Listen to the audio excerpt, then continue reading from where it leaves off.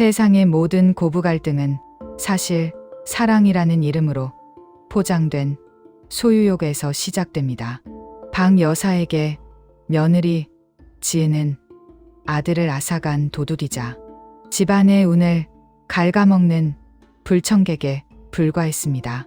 매일같이 새벽 기도를 다니며 아들의 성공을 빌던 그녀가 어느 날부터인가 이상한 행동을 보이기 시작했습니다.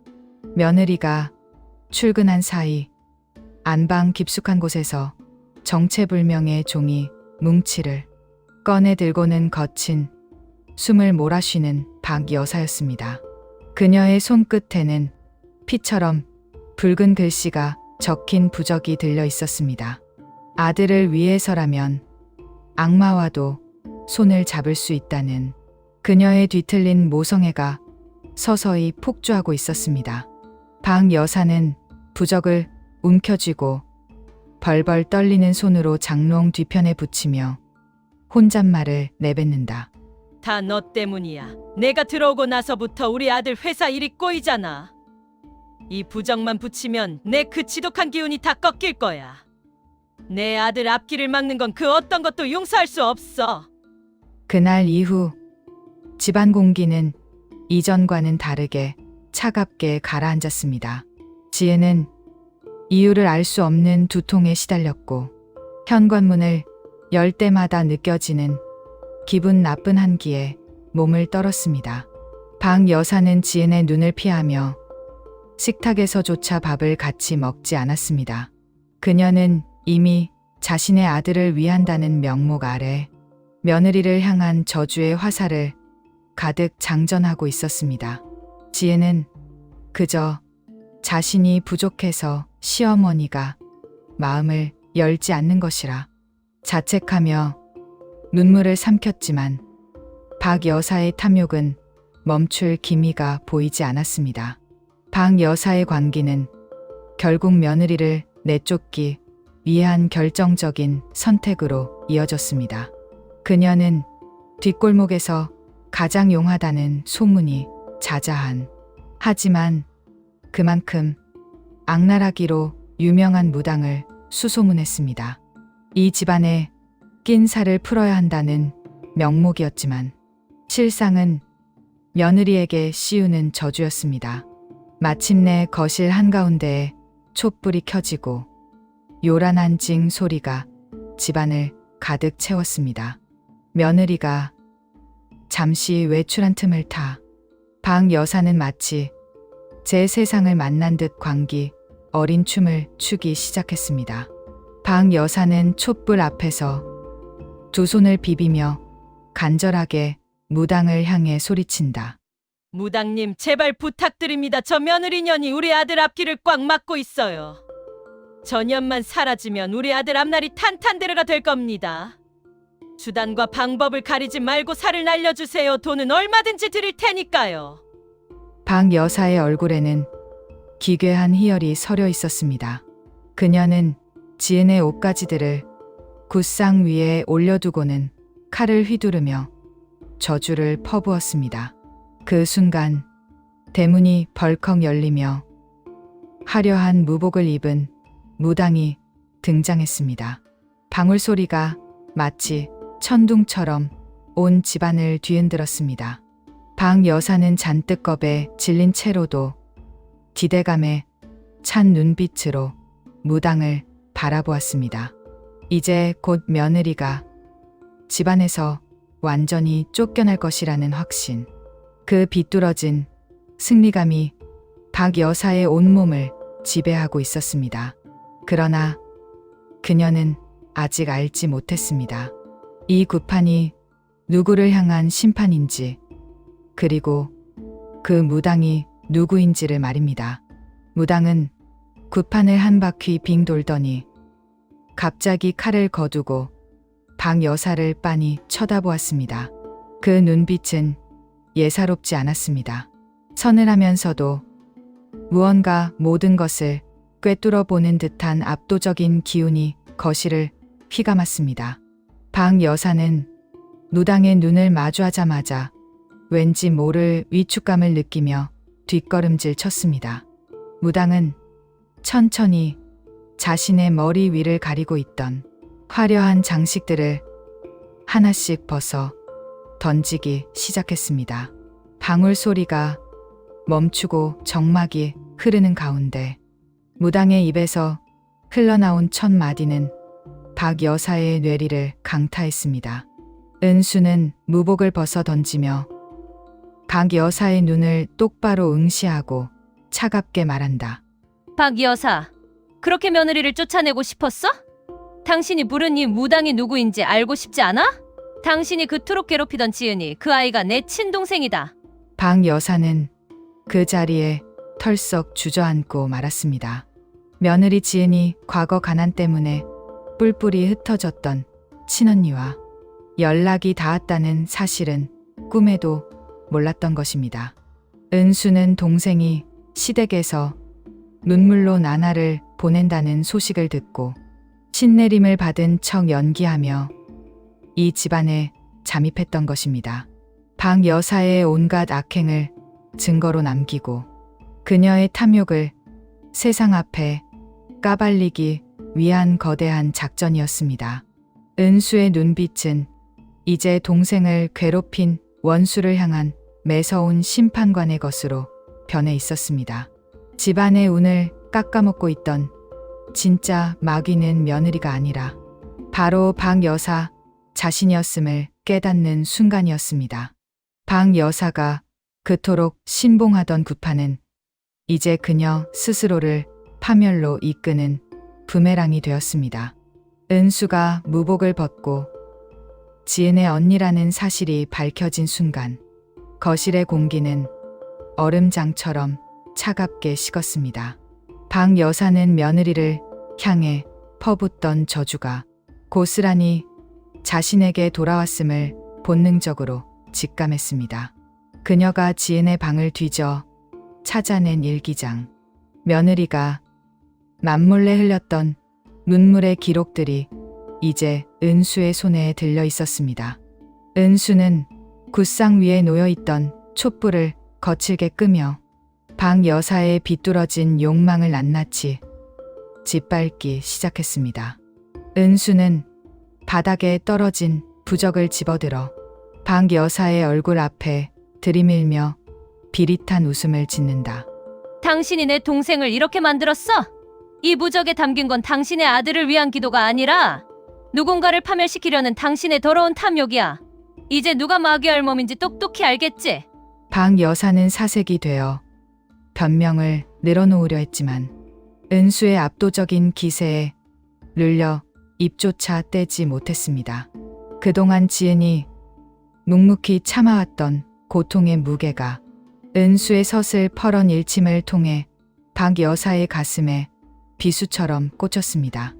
은수는 단순히 동생의 복수를 하는 것을 넘어 박 여사가 그토록 중요하게 여기던 집안의 위신과 아들의 평판이 이 구판으로 인해 어떻게 산산조각 날지를 예고했습니다. 박 여사는 이제 며느리가 아니라 자신의 과거를 모두 알고 있는 듯한 은수의 눈빛에 공포를 느끼기 시작했습니다. 이것은 단순한 갈등이 아니라 한 사람의 인생을 통째로 뒤흔드는 처절한 심판의 시작이었습니다.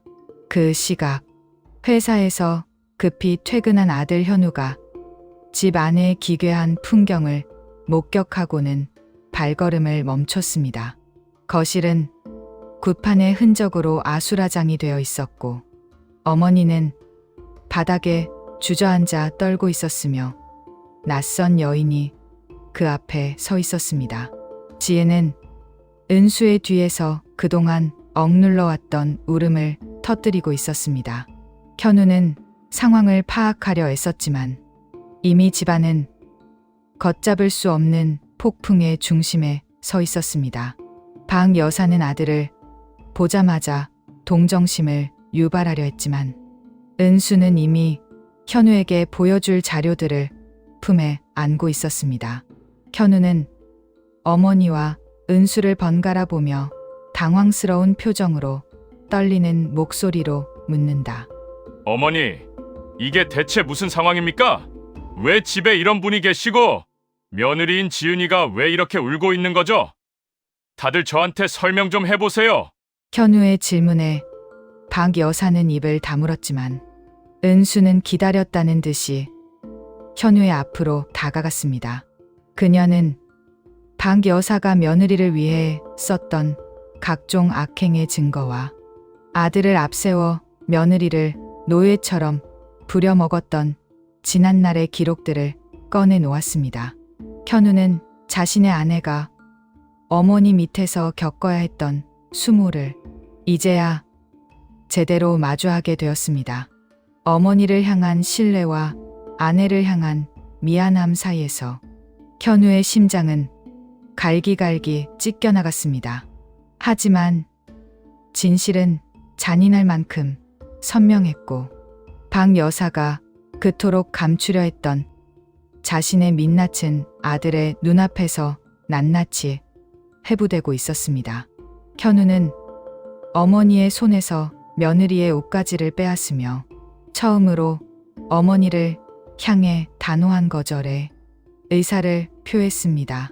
박 여사가 가장 두려워하던 순간, 즉 아들이 자신을 등지고 아내의 손을 잡는 장면이 현실이 된 것입니다. 은수는 그 모든 과정을 차가운 눈으로 지켜보며 마지막 일격을 가했습니다. 그녀는 이 집안의 기운을 흐리는 것은 며느리가 아니라 며느리를 괴롭히며 자신의 존재 가치를 증명하려 했던 박 여사임을 조목조목 짚어주었습니다. 박 여사는 이제 집안에서 가장 낮은 위치로 추락했고 거실의 주인은 바뀌었습니다. 은수는 현우와 지은을 차례로 바라보며 당당하게 선언한다. 이 집안의 늙은 마귀 할멈이 누구인지는 이제 명확해졌네? 동생아, 이제 더 이상 숨죽여 살지 마라. 내가 당당해져야 이 집안이 비로소 제자리를 찾을 수 있을 거야. 박 여사는 자신의 손으로 꾸민 구판에서 스스로를 내치는 꼴이 되었습니다. 그녀는 이제 더 이상 아들의 성공을 빌미로 며느리를 휘두를 수 없게 되었습니다. 은수의 등장은 단순히 언니로서 동생을 구하는 것을 넘어 잘못된 고부 관계의 사슬을 끊어내는 열쇠였습니다. 집안은 조용해졌지만 그 정적 속에는 박 여사의 패배와 새로운 질서의 시작이 공존하고 있었습니다. 아들은 어머니의 손을 놓고 아내의 어깨를 감싸 안았습니다.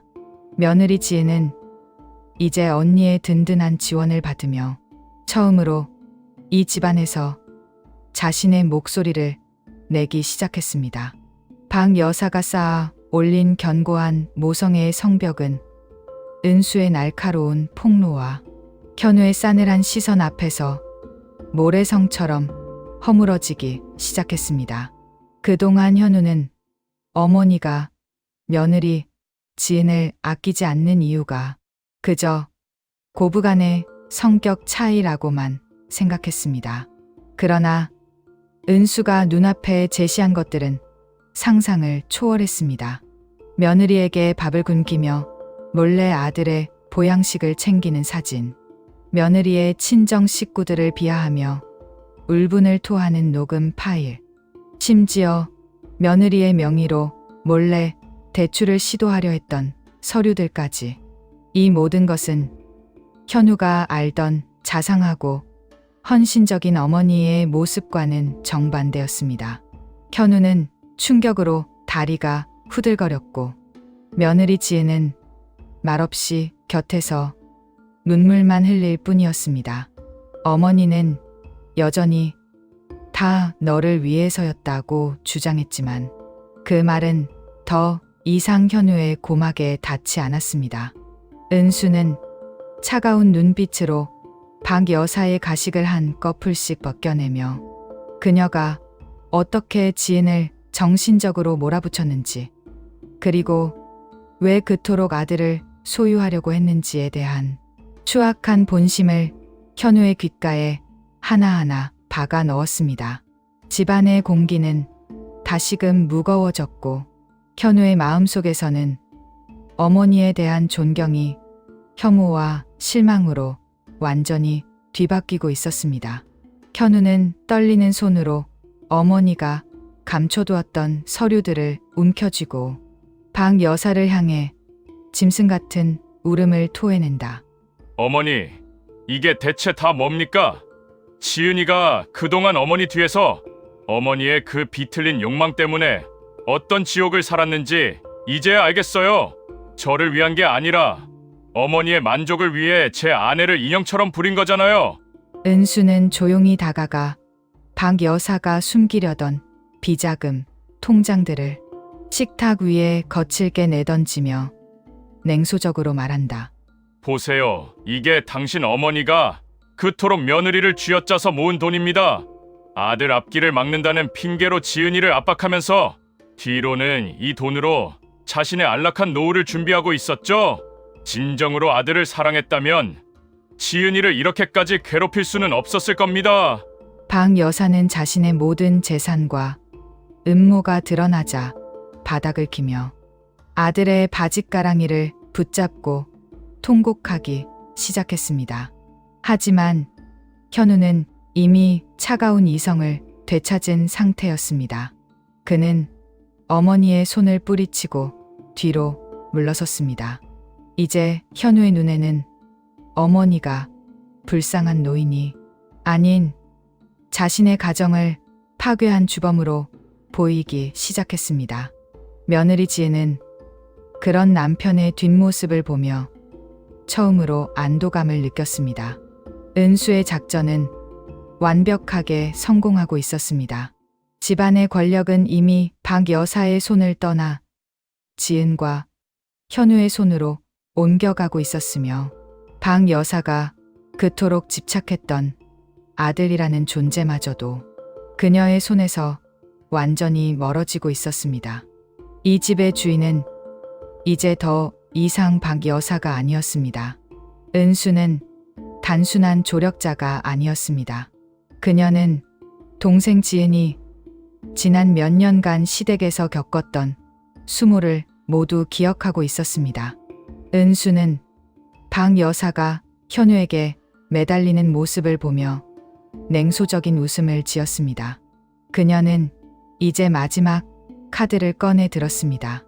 박 여사가 마을 사람들에게 지은을 비방하며 퍼뜨렸던 근거 없는 소문들, 그리고 지은의 이름으로 가입했던 사채 보험과 다단계 피해 사실들을 문서화하여 마을 회관과 친척들 단체 대화방에 공개하겠다고 협박한 것입니다.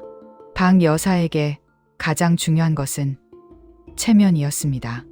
이웃들에게 인자한 어머니로 보이고 싶었던 그녀에게 자신의 치부가 세상에 드러나는 것은 죽음보다 더한 공포였습니다. 은수는 그 공포를 정확히 파고들었습니다. 지혜는 처음에는 주저했지만 언니의 단호한 태도와 남편 현우의 확고한 지지를 보며 마침내 자신의 목소리를 내기로 마음먹었습니다. 그녀는 박 여사의 면전에 서서 다시는 자신의 삶에 간섭하지 말 것을 요구했습니다. 시어머니라는 권력을 방패 삼아 며느리를 짓밟았던 박 여사의 시대가 끝났음을 알리는 순간이었습니다. 지혜는 그동안 흘렸던 눈물을 닦아내고 한치의 흔들림 없는 눈빛으로 박 여사를 내려다보며 말한다.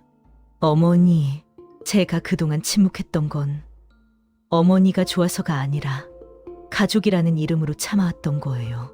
하지만 언니를 통해 이제는 알겠어요. 어머니의 그 사랑은 가짜였고 제 인생은 제가 지켜야 한다는 거요. 은수는 박 여사의 귓가에 대고 낳고 서늘한 목소리로 마지막 경고를 건넨다.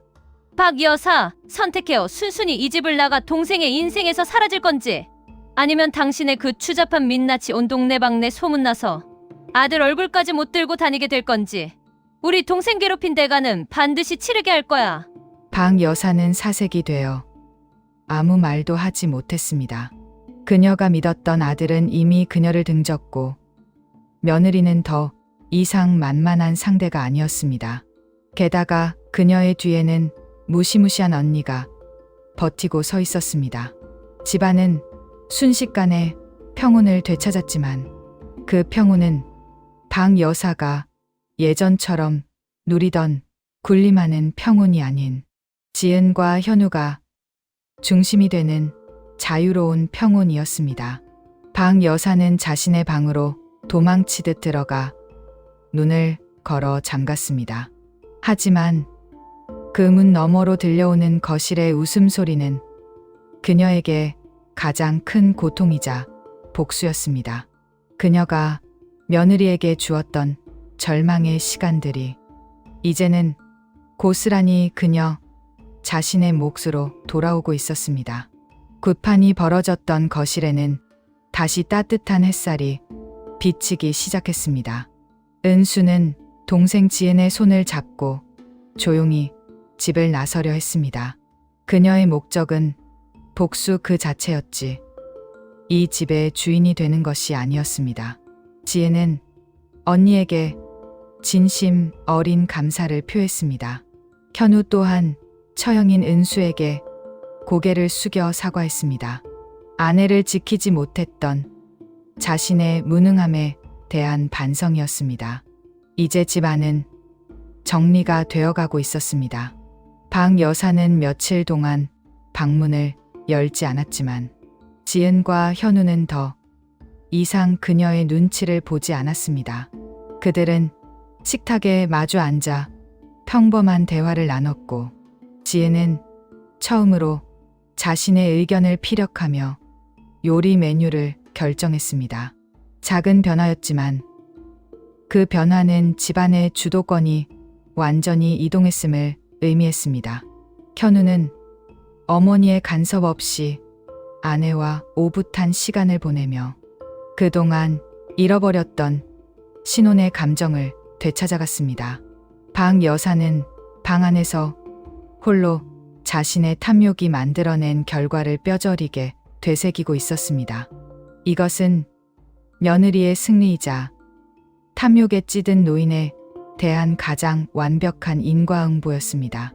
며느리 지은은 언니의 따뜻한 응원을 뒤로하고 이제는 시어머니의 그림자에서 벗어나 강당한 한 가정의 주인으로 살아가기 결심했습니다. 현우는 지은의 손을 꼭 잡고 따뜻한 미소를 지으며 식탁을 정리한다. 지은아, 정말 미안해. 그동안 나만 믿고 참아줘서 고마워. 이제 우리 두 사람만의, 우리만의 가정을 꾸려가자. 어머니께는 이제 우리가 선을 그을 거야. 은수는 현관문을 나서며 뒤를 돌아 지은을 향해 든든한 응원의 눈빛을 보낸다. 동생아, 이제 더 이상 울지 마. 내가 당당해져야 이 집안도 건강해지는 거야. 무슨 일 있으면 언제든 언니한테 연락해. 너에겐 이제 내가 있으니까. 집 밖으로 나선 은수의 발걸음은 가벼웠습니다. 그녀가 남기고 간 것은 박 여사의 몰락과 지은의 독립이었습니다. 이 집안의 기운은 확실히 바뀌었습니다. 박 여사의 독단적인 지배는 끝났고 이제는 서로 존중하는 새로운 질서가 자리 잡기 시작했습니다. 시청자 여러분, 때로는 가장 가까운 곳에 있는 가족이라는 이름의 폭력이 우리를 숨 막히게 할 때가 있습니다. 하지만 그 사슬을 끊어내는 것은 결국 우리 자신의 용기와 결단이라는 사실을 오늘 이야기는 보여주고 있습니다. 무당으로 변신했던 언니, 그리고 그 언니의 도움으로 자신을 찾은 며느리. 이들의 이야기는 우리에게 진정한 가족이란 무엇인지에 대해 다시 한번 생각하게 합니다. 이제 박 여사는 자신의 방에서 그동안의 과오를 반성하며 긴 침묵의 시간을 보내게 될 것입니다.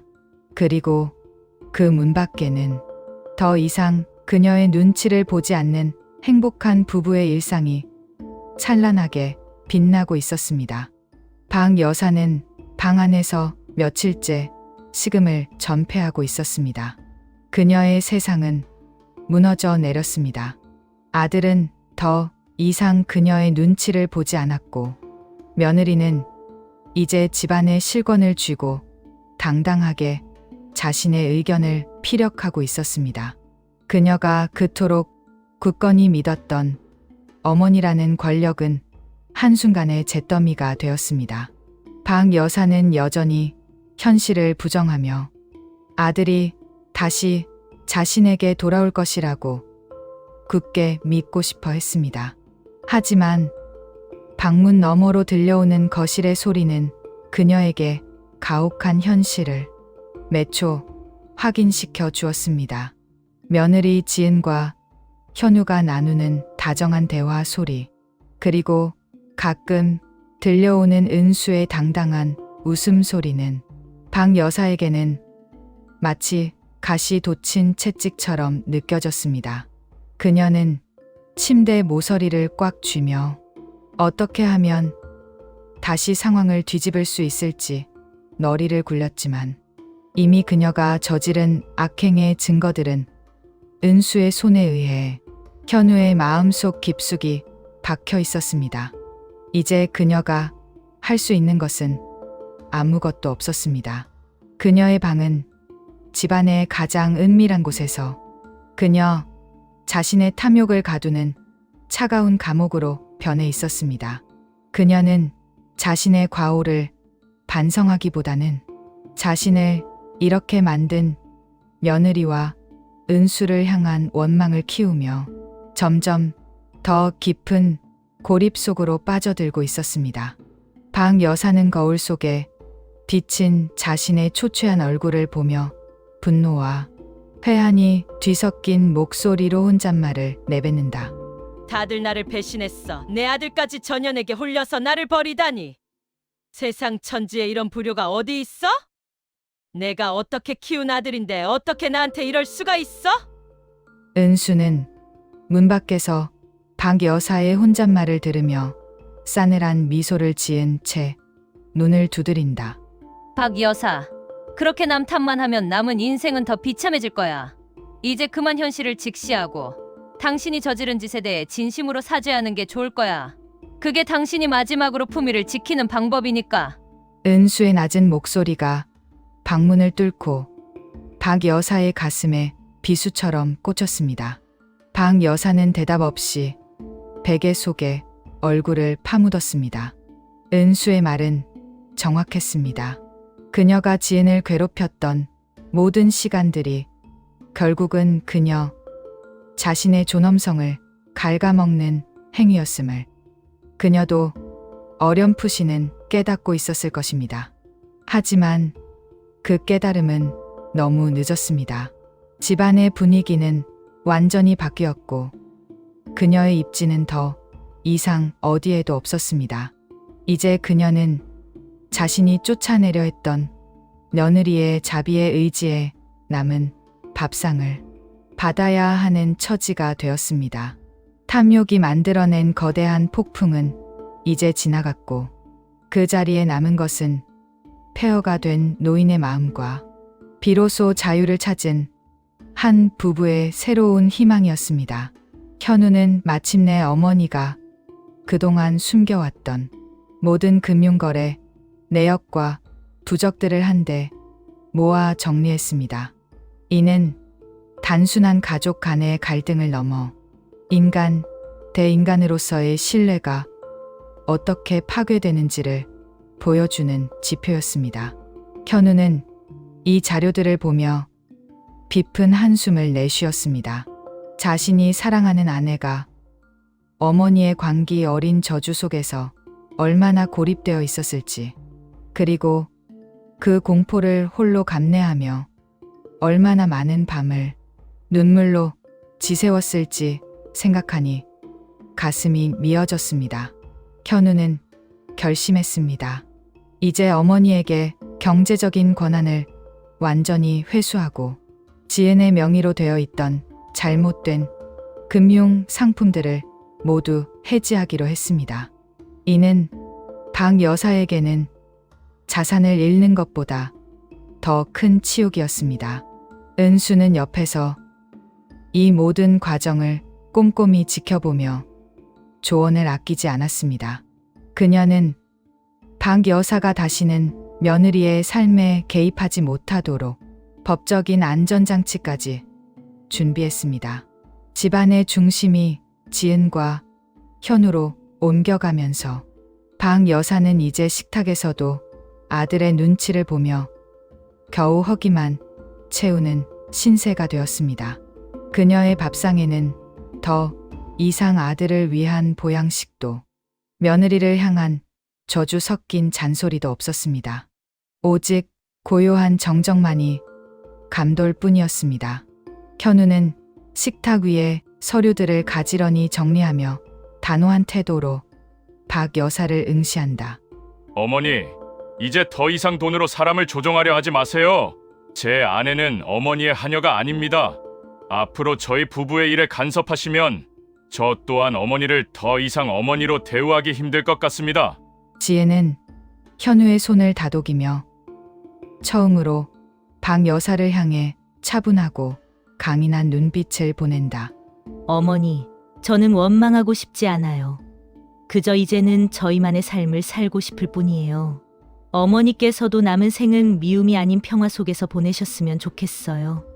박 여사는 아무런 대답도 할 수 없었습니다. 그녀의 눈가에는 굵은 눈물이 흘렀지만 그것은 회한의 눈물이었을까요? 아니면 권력을 잃은 자의 분노였을까요? 그녀는 고개를 숙인 채 식탁을 떠났습니다. 현우와 지혜는 다시 서로를 바라보며 미소를 지었습니다. 은수는 그런 두 사람을 보며 비로소 안도의 한숨을 내쉬었습니다. 이 집안에 드리워졌던 어두운 그림자가 걷히는 순간이었습니다. 참교육이란 단순히 상대방을 무너뜨리는 것이 아니라 상대방이 저지른 잘못을 스스로 마주하게 하고 그 결과를 통해 진정한 삶의 가치를 깨닫게 하는 것임을 은수는 이번 사건을 통해 뼈저리게 증명해 보였습니다.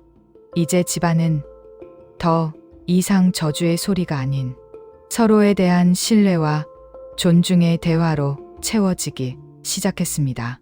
봄이 지나고 여름이 찾아왔습니다. 집안에는 새로운 질서가 자리 잡았습니다. 현우와 지혜는 예전보다 훨씬 가까워졌고 두 사람 사이에는 어머니라는 거대한 장벽 대신 서로를 이해하는 따뜻한 온기가 머물렀습니다. 박 여사는 이제 집안에서 가장 조용한 사람이 되었습니다. 그녀는 정원을 가꾸거나 자신의 방에서 조용히 시간을 보내며 예전에 거만했던 모습은 온데간데 없이 사라졌습니다. 때때로 그녀가 정원에서 꽃을 돌보는 모습을 지은이 창밖으로 내다볼 때면 지혜는 알 수 없는 연민을 느끼곤 했습니다. 지혜는 여전히 박 여사를 진심으로 사랑할 수는 없었지만 적어도 그녀를 미워하며 스스로를 괴롭히는 일은 멈췄습니다. 이것이 바로 은수가 동생에게 가르쳐주고 싶었던 진정한 지혜였습니다. 미움은 나를 갉아먹을 뿐 상대를 바꾸지는 못한다는 것. 지혜는 이제 자신의 삶을 온전히 사랑하며 주변의 시선이나 시어머니의 말에 휘둘리지 않는 단단한 마음을 갖게 되었습니다. 은수는 동생의 모습을 보며 흐뭇한 미소를 지었고 현우 역시 아내의 그런 변화를 진심으로 응원했습니다. 은수는 지은의 어깨를 토닥이며 대문을 나서기 전 마지막 인사를 건넨다. 이제야 제대로 살고 있는 것 같아서 마음이 놓인다, 지은아. 이제 언니 걱정은 하지 마. 너는 충분히 강해졌으니까 앞으로는 내 행복만 생각하며 살아야 해. 지은은 은수의 손을 꽉 잡으며 고마움이 가득한 목소리로 대답한다. 언니가 없었으면 저는 아직도 그 캄캄한 어둠 속에 갇혀 있었을 거예요. 정말 고마워요. 이제는 제가 제 삶을 잘 지켜나갈게요. 은수는 뒷모습조차 당당하게 집을 나섰습니다. 현우와 지은은 두 사람이 함께 마당을 거닐며 소소한 일상을 즐겼습니다. 이제 집은 누군가를 쫓아내거나 저주하는 공간이 아니라 서로가 서로를 지켜주는 안식처가 되었습니다. 방 여사는 멀리서 그 모습을 지켜보며 자신의 잘못을 하나씩 곱씹어 보았습니다. 그녀는 비로소 자신이 아들을 얼마나 숨막히게 했는지, 그리고 며느리를 얼마나 소중히 대했어야 했는지 깨닫기 시작했습니다. 이것은 그녀의 긴 탐욕의 세월에 대한 가장 값비싸고도 정당한 대가였습니다. 집안을 가득 채운 평화는 돈으로 살 수 없는 귀중한 가치였습니다. 이제 그 평화는 그들만의 새로운 계절을 맞이하며 더 깊고 따뜻하게 무르익어 가고 있었습니다. 방 여사는 방 안에서 며칠째 꼼짝도 하지 않았습니다.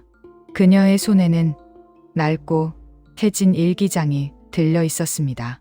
아들을 낳고 첫 돌을 맞이했던 날부터 며느리 지은이 처음 이 집에 들어와 떨리는 손으로 차린 첫 밥상까지 그 모든 기록들이 낱낱이 적혀 있었습니다. 하지만 그 일기장 뒷부분에는 차마 남들에게 보여주지 못할 추악한 기록들이 가득했습니다. 며느리에게 씌울 저주를 어떻게 준비했는지, 아들을 어떻게 가스라이팅 했는지, 그리고 얼마나 며느리의 친정을 무시하고 짓밟았는지가 소름 끼치도록 상세히 적혀 있었습니다. 방 여사는 이 기록들이 자신의 생존 전략이었다고 믿었습니다. 하지만 이제 그 전략은 자신이 파멸로 가는 설계도가 되어 있었습니다. 그녀는 자신이 며느리의 머리카락을 몰래 가져가 저주를 빌었던 그날의 기억을 떠올렸습니다. 그때는 승리감에 도취되어 있었지만 지금은 그저 구역질 나는 역겨움만이 릴려올 뿐이었습니다. 그녀가 꿈꾸던 아들과의 영원한 결합은 사실 아들을 숨 막히게 조이는 밧줄이었고, 며느리를 향한 저주는 결국 자기 자신을 향한 자살 행위였습니다. 방문 틈으로 새어 들어오는 거실의 활기찬 웃음소리가 그녀에게는 마치 저승의 소리처럼 들렸습니다. 방 여사는 떨리는 손으로 일기장을 가슴에 품고 벽에 머리를 기대며 절규하듯 중얼거린다. 내가 뭘 위해서 이렇게까지 한 거지? 아들을 지키고 싶었을 뿐인데 왜 나는 세상에서 가장 외로운 사람이 된 걸까? 지은아, 내가 내 며느리라는 게 그렇게도 싫어서 내가 왜 스스로를 괴물로 만들었을까? 방 여사의 통곡은 벽을 타고 거실까지 흘러나갔습니다. 하지만 이제 그 눈물에 공감해주는 사람은 없었습니다. 지은과 현우는 그 소리를 들었지만 더 이상 예전처럼 달려가 어머니를 달래지 않았습니다. 대신 그들은 서로의 손을 더 꽉 잡았습니다. 은수가 남기고 간 가르침. 진정한 독립은 상대를 미워하는 것이 아니라 내 삶을 온전히 살아내는 거지라는 말을 되새기고 있었습니다. 방 여사는 이제 방 안에서 자신의 탐욕이 낳은 유령들과 홀로 싸우며 긴 밤을 지새우고 있었습니다. 그녀의 고립은 이제 완벽했습니다. 그 어떤 자산도, 그 어떤 권력도 그녀의 고독을 채워줄 수 없었습니다. 탐욕이 휩쓸고 지나간 자리에는 자신의 잘못을 뒤늦게 깨달은 노인의 뼈저린 후회만이 깊게 자리 잡고 있었습니다. 어느 날 오후 지혜는 조용히 쟁반에 정성껏 차린 따뜻한 차와 과일을 들고 박 여사의 방으로 향했습니다. 지혜는 이제 더 이상 박 여사를 두려워하지 않았습니다. 그녀는 박 여사를 증오하는 대신 인간으로서의 연민을 선택했습니다. 방문을 열고 들어서자 어두컴컴한 방 안에서 초췌한 모습으로 웅크리고 앉아있는 박 여사가 보였습니다. 지혜는 차를 내려놓고 박 여사의 곁에 조용히 앉았습니다. 박 여사는 고개를 들지 못했습니다. 지혜는 박 여사를 원망하는 대신 담담하게 지난날의 아픔을 털어놓기 시작했습니다. 그녀가 처음 이 집에 들어왔을 때 느꼈던 외로움, 시어머니의 부당한 대우에 숨죽여 울었던 시간들, 그리고 무당이 된 언니를 통해 자신의 인생을 다시 찾게 된 과정까지. 지은의 목소리에는 분노가 없었습니다. 그저 담담한 사실 나열이었습니다. 박 여사는 그 이야기를 들으며 자신의 어깨가 부서질 듯 떨리는 것을 느꼈습니다. 며느리의 그 조용한 용기가 박 여사가 그토록 휘둘러왔던 칼날보다 훨씬 더 날카롭고 강했습니다. 지혜는 따뜻한 차 한 잔을 박 여사 앞에 내려놓으며 부드럽지만 단호하게 말한다. 어머니, 저는 이제 어머니를 미워하지 않기로 했어요. 미움은 어머니를 위해서도 저를 위해서도 아무런 도움이 안 된다는 걸 알았거든요. 이제는 어머니께서도 당신 자신의 인생을 사세요. 저와 현우 씨는 저희의 인생을 살겠습니다. 박 여사는 차마 고개를 들지 못한 채 터져나오는 울음을 억누르며 나지막하게 답한다. 지은아, 내가 정말 못난 시어머니였다. 내가 너를 내 며느리로 본 게 아니라 내 아들을 빼앗아간 도둑으로만 봤어. 이제야 내가 얼마나 어리석었는지 알겠구나. 나를 용서하라는 말은 하지 않겠다 하지만 나를 조금만 지켜봐 줄 수 있겠니? 박 여사의 고백은 그녀의 마지막 남은 자존심을 버린 항복 선언과도 같았습니다. 지혜는 말없이 박 여사의 거친 손을 잠시 잡았다가 놓았습니다. 그것은 완전한 용서는 아니었지만 더 이상 갈등하지 않겠다는 평화 협정이었습니다.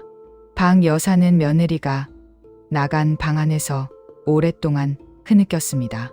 그녀의 눈물은 이제 더 이상 아들을 소유하기 위한 가짜 눈물이 아니었습니다.